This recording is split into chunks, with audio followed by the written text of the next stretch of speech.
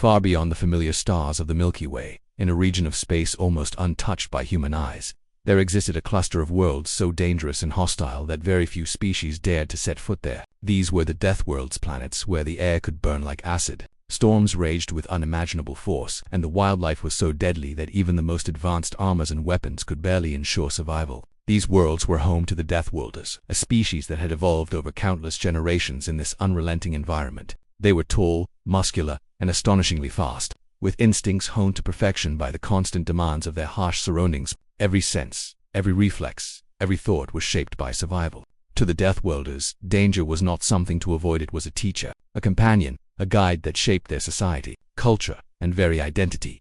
Yet, despite their ferocity, the Deathworlders were not mindless killers. They had developed a complex society built on respect for strength, intelligence, and cunning. Leadership was earned, not inherited. Their cities were often carved into mountains, hidden beneath toxic clouds, or built deep underground, blending seamlessly into the deadly landscapes around them. Technology, too, had adapted to the extremity of their environment. Their ships could withstand radiation storms that would disintegrate ordinary vessels. Weapons were designed not just for combat, but for survival against threats that could appear without warning. Every piece of technology was an extension of their natural instincts, efficient, precise, and lethal. Despite their fearsome reputation, the Deathworlders had kept largely to themselves for centuries. They had observed the galaxy from afar, watched as empires rose and fell, and studied other species without interference. Many feared them, and rightly so, for rumors of their exploits traveled faster than light itself. Tales told of explorers who dared to land on a Deathworld and never returned, of pirates who challenged their fleets only to be annihilated without a trace. Yet, for all their might, the Deathworlders were not conquerors for conquest's sake. They did not seek to impose their rule over other civilizations unless provoked or threatened. They valued balance, and in their own way, they understood the delicate dynamics of power in the galaxy. Then, without warning, the galaxy itself seemed to shiver with a message that could not be ignored. A signaler, SOS, echoed through space, piercing communication networks and alerting every listening species that someone, somewhere, was in desperate need of help. This was no ordinary distress call. Its energy was off the charts. The pattern alien in design, yet somehow painfully clear in intent. A civilization was in peril, facing extinction, unless help arrived immediately. The message traveled light years in minutes, bouncing from satellites and relay stations, reaching ears and eyes across countless systems. Many species intercepted it, and many debated whether to respond. It was risky. No one knew who had sent it or what forces had caused the distress. Some feared it might be a trap, a lure to draw fleets into annihilation. Others hesitated, unsure if they had the capability to intervene in something so massive. But the Deathworlders reacted differently. They did not hesitate, they did not calculate the political implications, and they did not weigh the risks in the way other civilizations might. For them, a call for help was an action, a challenge, a duty, and perhaps a test of their own readiness. They did not think in terms of diplomacy or alliances. They thought in terms of survival and response. If a species could send a signal of this magnitude, it meant their problem was beyond anything ordinary. That alone demanded attention. It demanded action. Within hours, Deathworlder command centers across multiple planets were alive with activity. Leaders convened in chambers fortified against external surveillance and internal threats alike. Holographic projections flickered to life, displaying the SOS in its raw form, a chaotic array of pulses, frequencies, and symbols. It was almost impossible to interpret without sophisticated technology. Yet the Deathworlders' advanced analytical minds quickly deciphered its essence. They understood not just the urgency, but the scale of the danger. The message carried a clear warning. Failure to respond would mean total annihilation for the sender's civilization. Yet, the exact nature of the threat remained shrouded in mystery, as if hiding behind a veil of uncertainty designed to test those who might intervene in a society where hesitation often meant death. The decision was almost instinctive. The Deathworlders began preparing immediately. Fleets were mobilized, ships loaded with supplies, weapons calibrated, and pilots readied. Every step, every calculation, every movement was a testament to generations of survival on planets that had taught them to act decisively in the face of incomprehensible danger. The galaxy might see this as recklessness or arrogance, but to the Death, it was simply the correct response.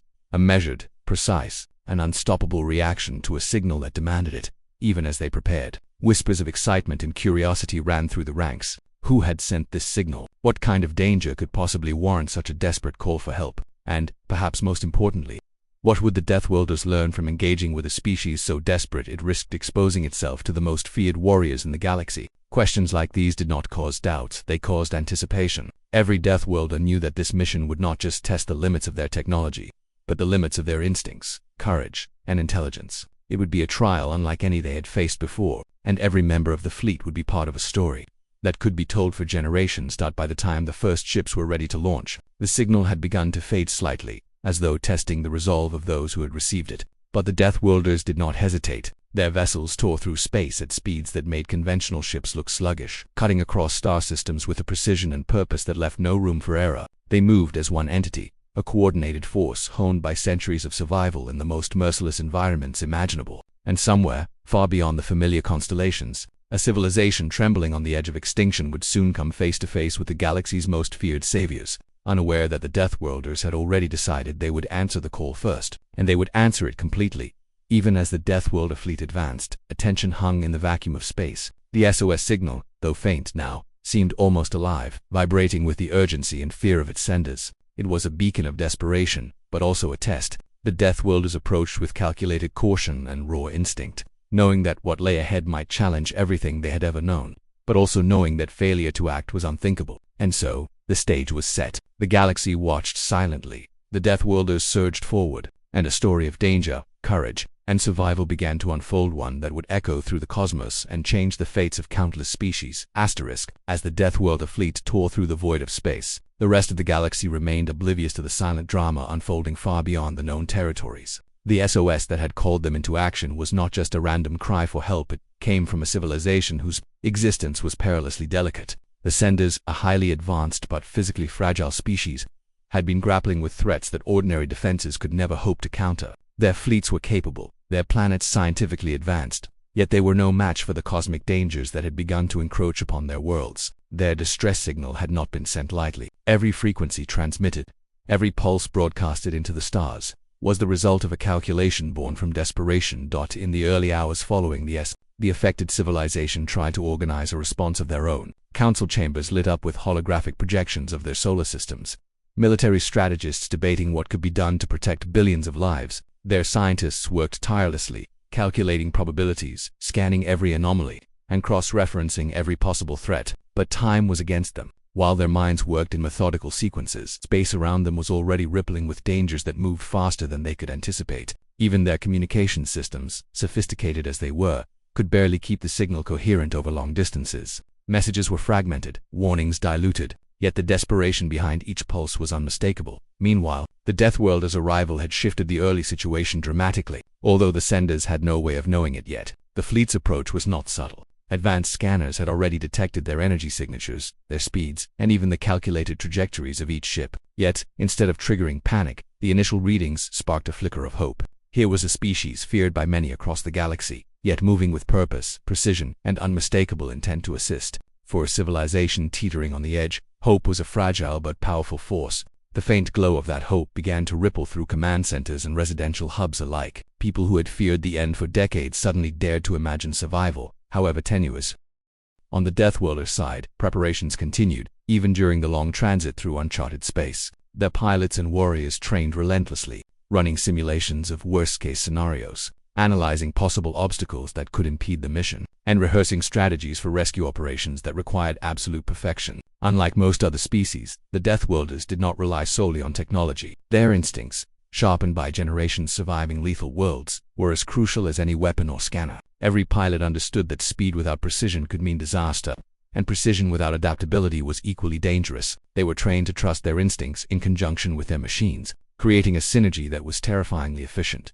Even as the fleet closed in on the coordinates of the galaxy's background hum of politics and rivalries carried on. Some empires speculated about the origins of the signal, questioning whether it was a genuine call for help or a lure designed to provoke conflict. They debated the morality of intervening in a crisis they could barely comprehend, calculating costs in lives, resources, and political leverage. Meanwhile, the Deathworlders paid little attention to these debates. They had no interest in diplomacy or alliances in this situation. Their mission was singular: locate the source of the signal and assess the threat immediately. The rest, warnings, negotiations, alliances, would only be considered if absolutely necessary, and even then, only from a position of unquestionable strength. As the Deathworlders neared their destination, anomalies in space became apparent. Radiation levels fluctuated unpredictably. Gravitational distortions, warped sensors, and pockets of electromagnetic interference threatened to scramble conventional navigation systems. These early signs were more than minor inconveniences. They were indicators of the kind of threat the senders faced. The Deathworlders scanners, however, adapted and they filtered out the chaos, pinpointed areas of danger, and even identified probable locations of enemy activity. To other species, this might have seemed miraculous, but to the Deathworlders it was routine. Their environment had conditioned them to react instantly to hazards, to analyze patterns that seemed chaotic, and to make life or death decisions in fractions of a second. On the sender's homeworld, the population remained largely unaware of the approaching death. Citizens carried on with daily routines, though under a veil of fear and tension. Families huddled together as sirens occasionally wailed, a constant reminder that survival was never guaranteed. In research labs, scientists worked day and night, often collapsing from exhaustion, yet refusing to stop. Every calculation, every experiment, and every adjustment to their defenses was a race against time. The signal that had been sent into space carried both urgency and precision, reflecting the minds of a species desperate to survive, yet still capable of measured, intelligent action even under the greatest stress.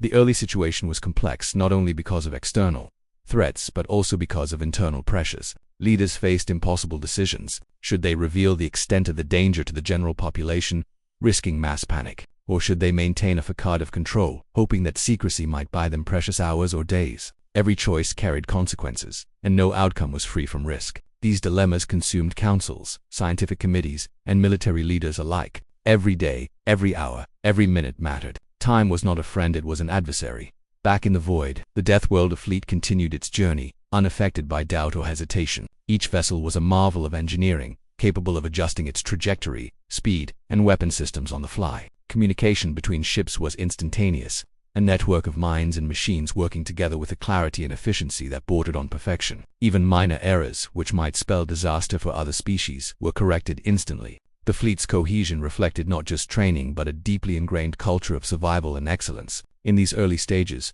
the Deathworlders were more than warriors, they were observers, assessors, and guardians. Their arrival alone would alter the course of the crisis that had begun with the SOS. As the two side senders and rescuers moved closer in the vast emptiness of space, an invisible tension built. The senders had no idea what awaited them, only that a response had been sent across unimaginable distances. The Deathworlders, for their part, remained focused, analyzing every detail, preparing for the unknown and readying themselves to act the moment the signal's source was identified. The early situation was delicate, a precarious balance between fear and hope, between survival and annihilation. The galaxy itself seemed to hold its breath, waiting to see which way the scales would tip. Debris from destroyed vessels drifted in the outer edges of the affected systems. Strange energy fluctuations suggested the presence of weapons or phenomena beyond ordinary comprehension. Sensor readings hinted at anomalies in space-time, making navigation unpredictable. Yet every obstacle was meticulously noted, analyzed, and integrated into plans. For the Deathworlders, the early situation was not a test of bravery, it was a test of skill,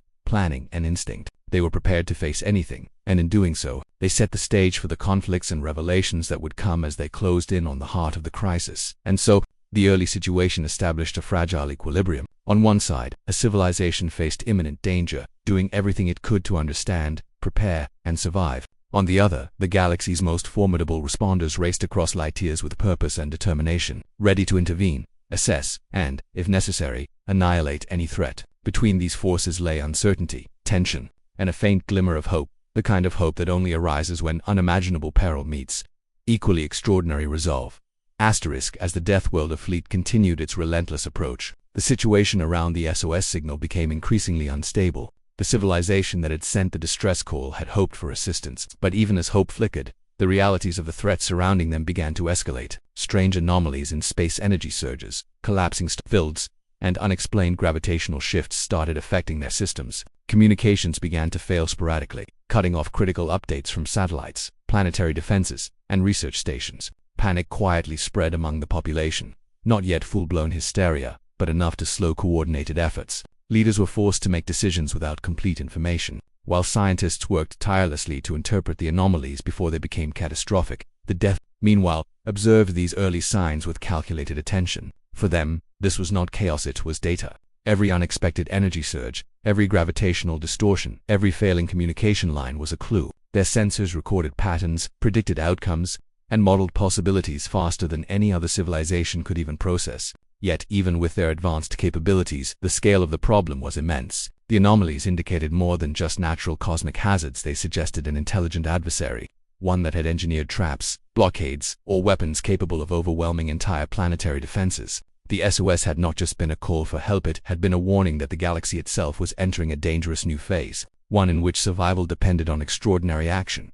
On the sender's homeworld, tension was escalating visibly. Military commanders convened around glowing holographic projections, debating whether to deploy their fleets, reinforce planetary shields, or attempt evacuation of high-priority populations. Scientists had detected energy signatures that defied conventional physics, suggesting the presence of advanced weapons or uncontrolled power sources that could devastate entire regions. Panic among civilians was growing despite efforts to maintain calm. Every explosion or electrical failure, every communication blackout, made ordinary citizens aware that the end might be imminent. Children were shielded indoors, families huddled together, and hospitals prepared for an influx of injured or sick. Yet even in the fear, a flicker of hope persisted. Knowledge that a response had been initiated by unknown allies far across with space. The rising conflict became more than just environmental or technological challenges. It began to manifest in direct threats. Raiders and opportunistic factions, taking advantage of the chaos, started striking at poorly defended colonies and outposts. Some of these groups had been lying in wait for months, observing patterns of weakness in the system's defenses.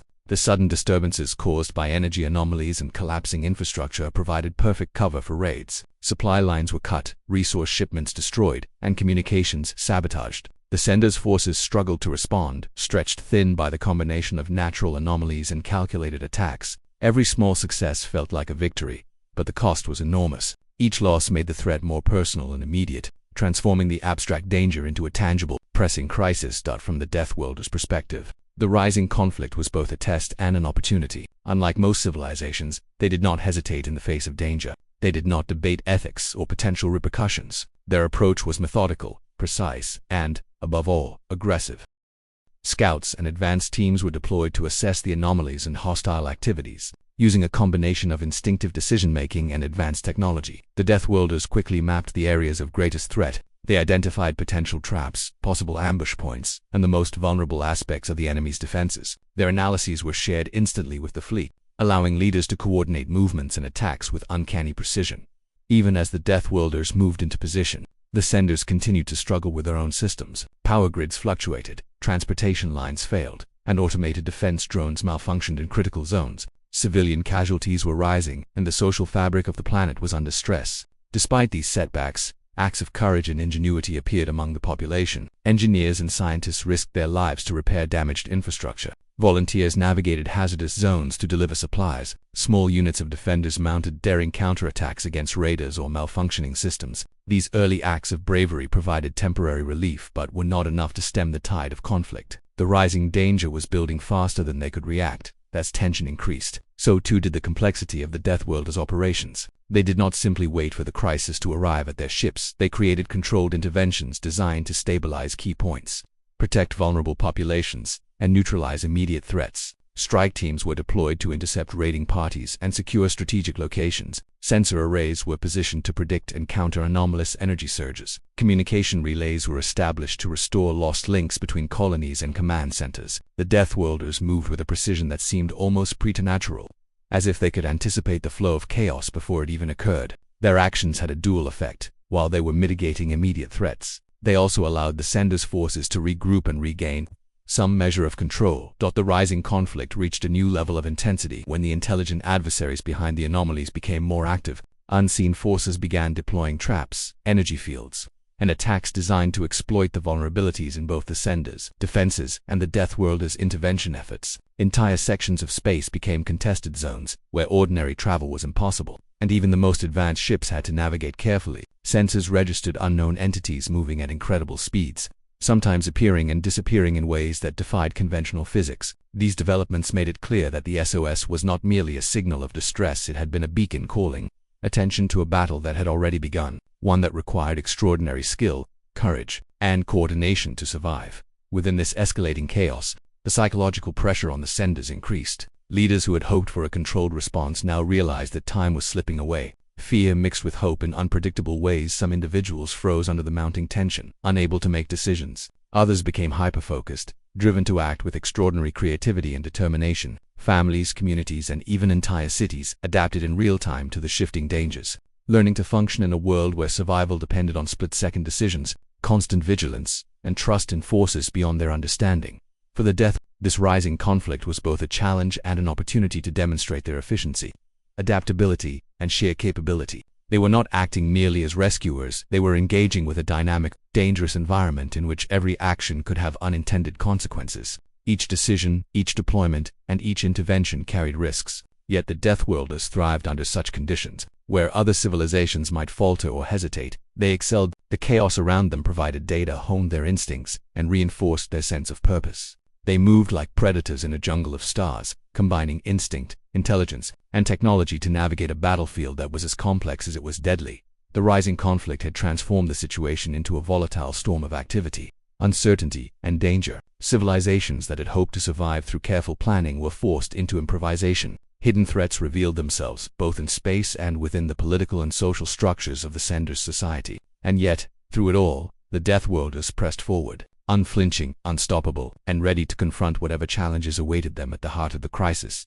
The rising conflict set the stage for even greater challenges. It was no longer a matter of monitoring anomalies or responding to a distant signal. The stakes had become immediate, personal, and life-threatening. The galaxy itself seemed to tremble under the pressures of this unfolding drama. Every action taken by the senders, every maneuver executed by the Death, and every hidden force plotting from the shadows contributed to a tapestry of tension and danger that would soon reach its breaking point. And so, the stage was set for events that would test courage, skill, and ingenuity like never before. The rising conflict was no longer a story of hope, it was a story of survival, of decisions made under unimaginable pressure, and of a civilization and its rescuers confronting the unimaginable threats that had already begun to reshape the fate of the galaxy. The tension that had been building in the galaxy finally reached its peak as the Deathworlder fleet approached the heart of the crisis. The SOS signal, which had once been a distant call echoing faintly through the void, now pulsed almost violently through every sensor and communication channel. The civilization that had sent it was on the brink of collapse, their systems failing under the weight of both natural and artificial threats. The anomalies that had plagued their space now intensified. Energy storms erupted without warning, solar flares tore through the upper atmosphere of critical planets, and gravitational distortions warped navigation paths in unpredictable ways. It was as if the very universe itself had decided to challenge every hope of survival within the command centers of the beleaguered civilization.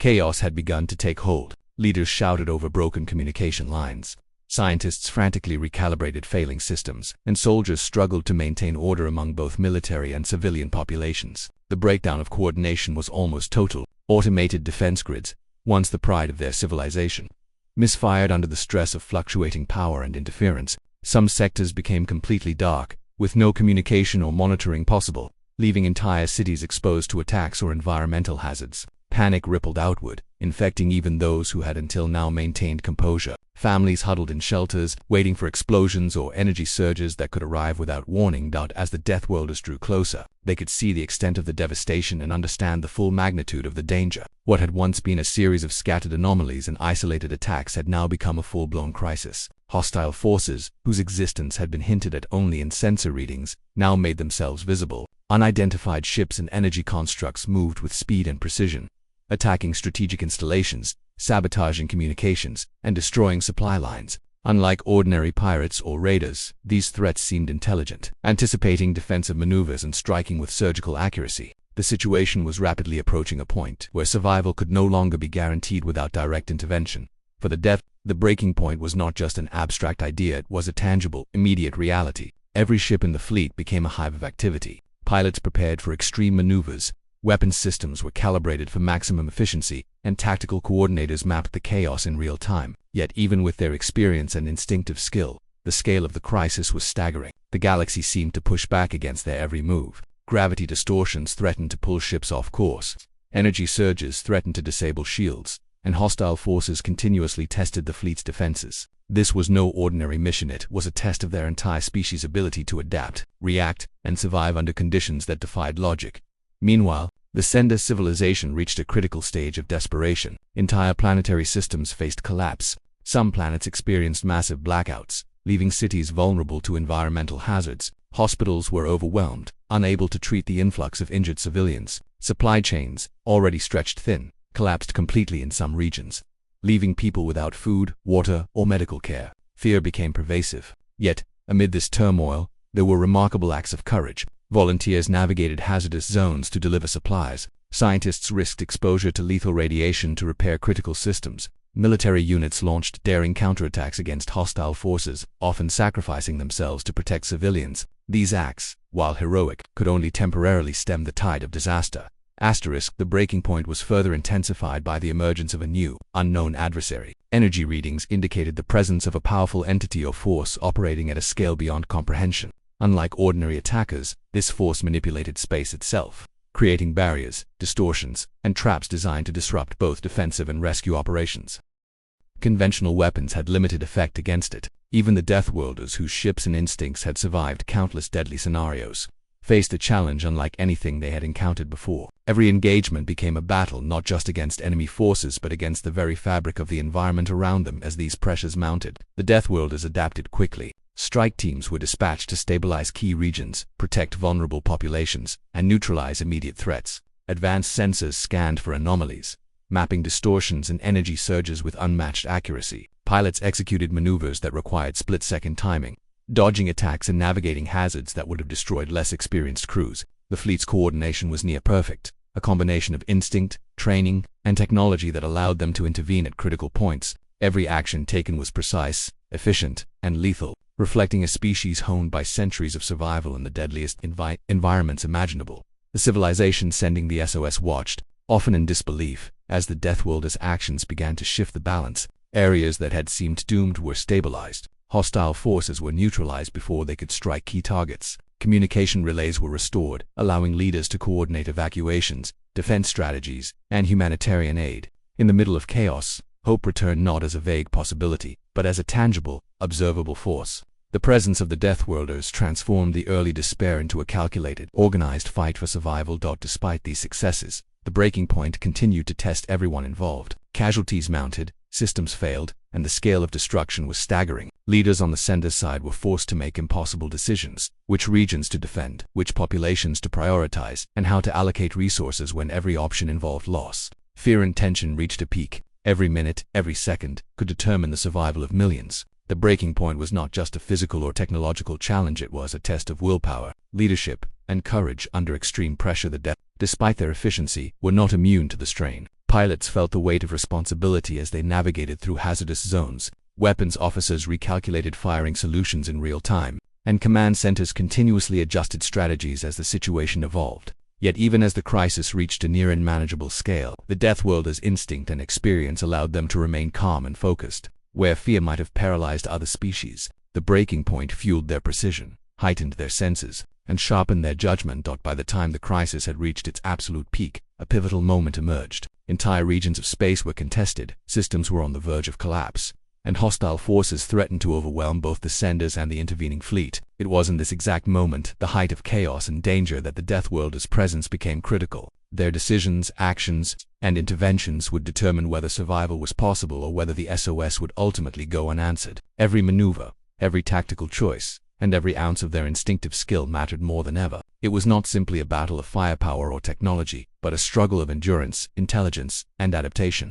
The civilization sending the SOS was pushed to its limits, learning the meaning of desperation, sacrifice, and ingenuity. The Deathworlders, tested against unprecedented challenges, demonstrated why they were considered the galaxy's most formidable force. The combination of extreme danger, high stakes, and relentless pressure set the stage for the next phase resolution, where the outcome of this unprecedented confrontation would finally begin to take shape. The chaos that had consumed entire regions of space finally began to settle as the Deathworlders' intervention reached its peak effectiveness. The SOS that had once echoed helplessly across the galaxy now resonated with a sound of action, swift, precise, and unstoppable. Systems that had been on the verge of collapse began to stabilize, and the combined presence of the Deathworlder fleet and the coordinated efforts of the sender's own defenders began to turn the tide. It was not an immediate miracle. Nothing of this scale could resolve instantly, but the shift was undeniable. Where once fear and desperation had dominated, a calculated sense of hope and control began to emerge. The resolution, though gradual, was unmistakable. The first signs of recovery were subtle yet critical. Communication networks that had been fragmented by energy surges and sabotage were restored piece by piece. Planetary command centers, long darkened or abandoned, flickered to life as automated systems were repaired and defensive grids recalibrated. Power grids, some destroyed by the earlier chaos, began to function again thanks to both Deathworlder engineers and the sender's remaining technical teams. The combination of advanced alien technology in the senders, Intimate knowledge of their own systems allowed for rapid recovery in areas that might otherwise have remained in darkness for months. Every restored node, every functioning relay, and every operational shield contributed to a growing sense of control over the situation at the same time. Hostile forces that had threatened to overwhelm the SOS senders began to falter. The Deathworlders, with their unparalleled speed, precision, and understanding of combat in extreme conditions, systematically neutralized threats. Enemy ships and constructs were either destroyed or rendered ineffective. Traps, energy barriers, and anomalies that had caused fear and confusion were carefully dismantled or bypassed. Unlike conventional warfare, the Deathworlders did not rely on brute force alone. They studied the patterns of their adversaries, predicted moves before they occurred, and exploited weaknesses that no other species could have detected in time. The combination of foresight, tactical genius, and sheer efficiency allowed them to reclaim space that had been lost to chaos and hostile manipulation on the SOS sender's homeworld. The impact of these actions was immediately visible. Populations that had been cowering in fear began to emerge from shelters. The streets that had been silent except for alarms and distant explosions gradually filled with movement. Hospitals, while still strained, began to manage the flow of injured civilians more effectively. Engineers and volunteers worked side by side with Deathworlder specialists, repairing damage, rerouting power, and reinforcing defenses. For the first time in days, there was a tangible sense that survival was possible. Hope was no longer an abstract concept, it had become an observable, actionable reality. The resolution phase also involved careful coordination between the Deathworlders and the sender's military forces. The Deathworlders did not simply eliminate threats and leave. They integrated their operations with the existing defensive infrastructure, providing both guidance and support. Fleets were reorganized, patrol routes established, and key strategic positions fortified. Even rogue elements that had previously acted independently were brought under control, either through negotiation or demonstration of overwhelming force. This cooperation, however tenuous at first, which transformed the situation from a desperate fight for survival into a structured campaign to reclaim control over the affected systems. One of the most critical aspects of the resolution involved neutralizing the most dangerous anomalies, the energy surges, gravitational distortions, and unknown adversaries that had driven the crisis to its breaking point. The Deathworlders applied advanced technology and instinctive strategy to stabilize these threats. Energy fields were redirected or absorbed, gravitational distortions corrected using controlled countermeasures, and unidentified entities that had once struck terror into the hearts of the senders were incapacitated. These interventions required precision and timing, often leaving no margin for error. Each success reduced the risk of catastrophic failure and brought the galaxy incrementally closer to stability.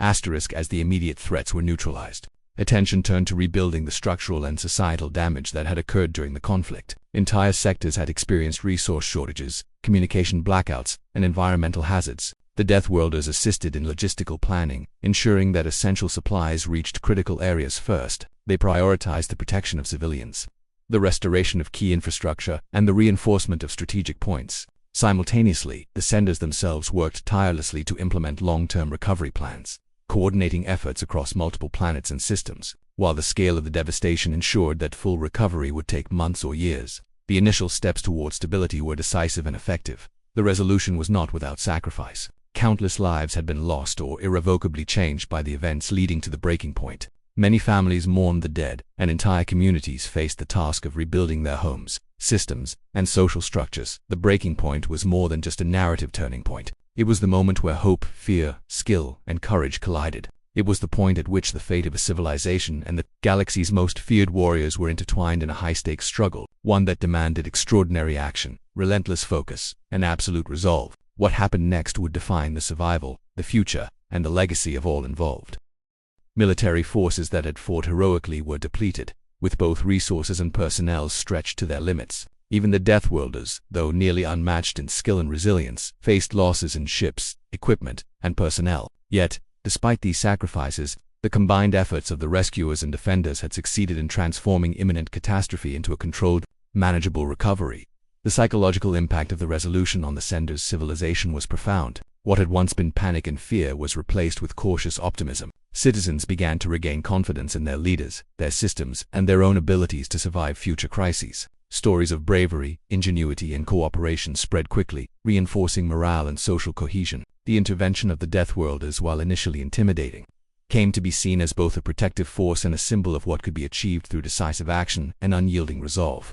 The galaxy had witnessed not only a rescue operation but a demonstration of what disciplined, intelligent intervention could accomplish even in the face of overwhelming odds.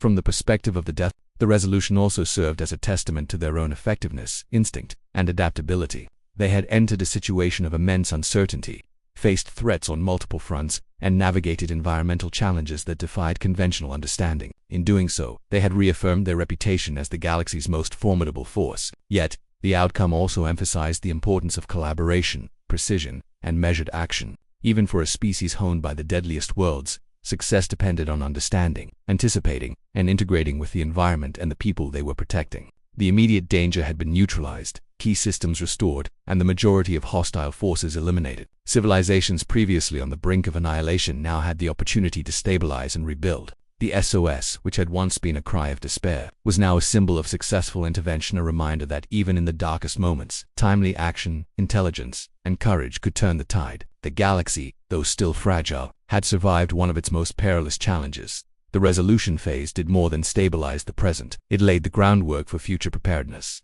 Lessons were learned, systems were reinforced, and strategies were refined. Both the senders and the Deathworlders gained insight into the nature of large-scale crises, the importance of coordination under pressure, and the necessity of swift, decisive action. The events leading to this point would be studied, remembered, and built upon for generations, shaping the policies, defenses, and relationships of countless civilizations. It was a testament to the power of courage, the skill, and cooperation in the face of overwhelming odds. The galaxy had not only survived, but had gained valuable experience, resilience, and hope. The SOS that had first echoed in fear had now been answered, challenges overcome, and survival secured. The stage was set for reflection, healing, and a deeper understanding of the forces that shaped the cosmos.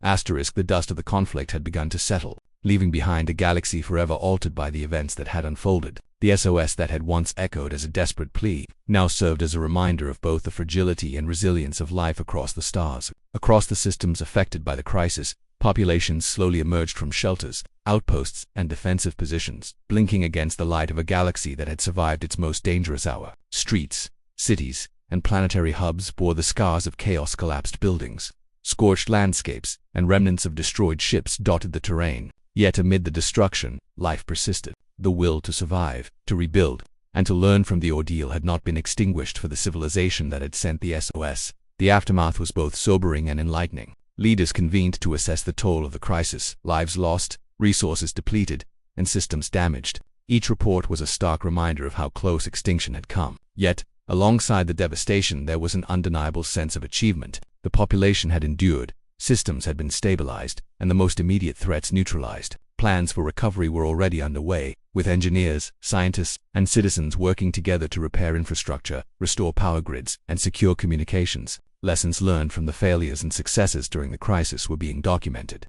ready to inform future strategies, so that the civilization would never again be caught so unprepared. Psychologically, the impact of the crisis was profound. Fear and trauma lingered, particularly among those who had lost family, friends, or colleagues. Communities struggled with grief, trying to reconcile the joy of survival with the sorrow of loss. Mental health initiatives, support networks, and counseling programs were established, often guided by the same engineers and planners who had fought to save lives during the emergency. Stories of heroism, ingenuity, and courage circulated widely, helping to inspire hope and resilience. Citizens learned that even in moments of unimaginable fear, the capacity for bravery, intelligence, and cooperation could prevail. The SOS had been answered, and its success became a story told across generations as a lesson in survival, courage, and unity. The Death, having accomplished their mission, began their withdrawal from the immediate conflict zones. Their presence, though brief relative to the centuries they had observed and survived, had reshaped the situation completely. Systems once on the brink of collapse were now secure, enemy forces neutralized, and the most dangerous anomalies stabilized. Yet, even as they departed, the influence of their intervention lingered. The techniques, strategies, and technologies they had deployed became integrated into the sender's ongoing recovery plans. Holographic simulations, energy manipulation techniques, and fleet coordination methods were studied and adapted. The Deathworlders had not only saved lives, that provided a blueprint for resilience and preparedness that would endure long after their ships vanished into the void. Reflection during this aftermath period became as important as physical recovery. Across planets, scholars, historians, and strategists debated the lessons of the crisis. How had such a powerful SOS been ignored or unnoticed for so long? How had anomalies and hostile forces been allowed to reach such a critical stage? And most importantly, how could such a civilization, vulnerable as it was, integrate the experience into systems, defenses, and social structures that would prevent future catastrophes. Reflection was not mere philosophical musing. It became a practical necessity, guiding policy, defense planning, and societal reforms. The story of survival, the intervention of the death, and the near collapse of entire systems became a teaching tool for generations to come. Meanwhile, the wider galaxy watched the aftermath with a mixture of awe, fear, and respect. News of the Deathworlders' intervention spread quickly, inspiring both admiration and trepidation. Some species praised the effectiveness and decisiveness of the Deathworlders, hoping to learn from their methods. Others feared them, recognizing the power they had wielded and the precision with which they executed the rescue. Across diplomatic channels, historians, military strategists, and explorers debated the implications. The event had demonstrated that even the most formidable civilizations could be vulnerable. Yet it also showed that timely, skillful intervention could turn near-certain disaster into survival. The galaxy, it seemed, had been reminded of both danger and opportunity. For the Deathworlders themselves, reflection took a different form. Unlike species that relied heavily on deliberation or emotion, their assessment focused on efficiency, strategy, and learning from anomalies. Every action taken during the crisis was analyzed: what had worked perfectly, what could have been improved, and what unknown factors had challenged even their unparalleled instincts. Lessons were catalogued for future missions. They did not dwell on fear or hope. They considered what had been learned, how survival had been ensured, and how similar situations could be handled even more effectively. Even as they departed, their fleet remained vigilant, scanning the galaxy for future SOS signals or emergent threats, ready to act with the same precision if duty called. Again, the aftermath also prompted cultural shifts within the SOS civilization. Societies once focused narrowly on technological advancement or territorial expansion began to prioritize resilience, cooperation, and preparedness. Educational systems incorporated lessons from the crisis, teaching future generations about survival, strategy, and the importance of rapid, decisive action in moments of extreme danger. Political systems adapted as well, ensuring that coordination and communication were strengthened across the entire civilization. The near collapse had exposed weaknesses, but it had also revealed the extraordinary potential of the population when driven by necessity, courage, and collaboration. On an individual level, the aftermath was deeply personal. Families rebuilt homes and communities, often relying on improvisation and creativity to compensate for lost infrastructure. Scientists and engineers revisited failed experiments or systems that had almost contributed to disaster, working tirelessly to improve processes. Soldiers and defenders, who had faced unimaginable danger, were honored and celebrated, but they also carried the weight of the memories of comrades lost. Across planets, ceremonies, memorials, and public gatherings marked both mourning and gratitude. The event became part of the cultural memory, shaping personal identities, values, and perspectives on life, survival, and responsibility.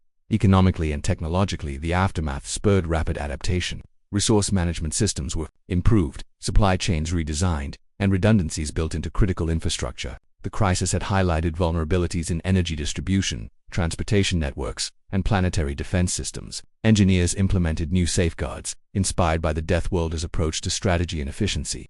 Technological research shifted to include not only offensive or defensive capabilities but also rapid adaptation, predictive modeling, and resilience in the face of environmental anomalies. The SOS that had once represented vulnerability now became a catalyst for unprecedented growth, innovation, and preparedness. The reflection phase also prompted interstellar dialogue. Neighboring civilizations and alliances began discussions about communication protocols, crisis management, and cooperative defense. The SOS event had served as a stark reminder that even advanced civilizations could be threatened by unforeseen anomalies or hostile forces. Shared learning and collaboration became priorities, as species realized that isolation could no longer guarantee safety. The Deathworlders, though largely distant and enigmatic, became a model of efficiency and instinctive strategic thinking. Their actions during the crisis inspired both caution and aspiration. Over time, the immediate physical scars began to heal. Cities were reconstructed with improved engineering standards. Transportation and communication systems were restored or redesigned. Planetary defenses were reinforced. And though memories of the destruction remained, the surviving population gained a renewed sense of purpose and identity. They had survived the unimaginable, thanks to courage, coordination, and the intervention of the galaxy's most formidable force. The SOS, once a desperate cry, now symbolized both survival and the potential for future resilience. Even as normalcy returned, subtle changes persisted. Societies became more vigilant, planning for contingencies that had once seemed impossible. Leaders, scientists, and military strategists continuously assessed risk, applied lessons learned, and prepared for events that might arise across the vast, unpredictable galaxy. Individuals, too, carried the experience within them, the understanding that survival required courage, collaboration, and adaptability. The reflections of this period would influence culture, policy, and behavior for generations, ensuring that the impact of the SOS and the Deathworlders' intervention would be remembered long after the immediate crisis had faded. Ultimately, the aftermath and reflection represented more than recovery. They were the transformation of a civilization and a galaxy. From fear, uncertainty, and near collapse emerged wisdom, coordination, and hope. The SOS had been answered, lives were saved, systems stabilized, and lessons learned. The galaxy had witnessed both the fragility of existence and the extraordinary potential of courage and skill. The Deathworlders, having played their decisive role, receded into the void once more, leaving behind a legacy of survival, resilience, and a reminder that even in the darkest moments, extraordinary action could shape the fate of worlds.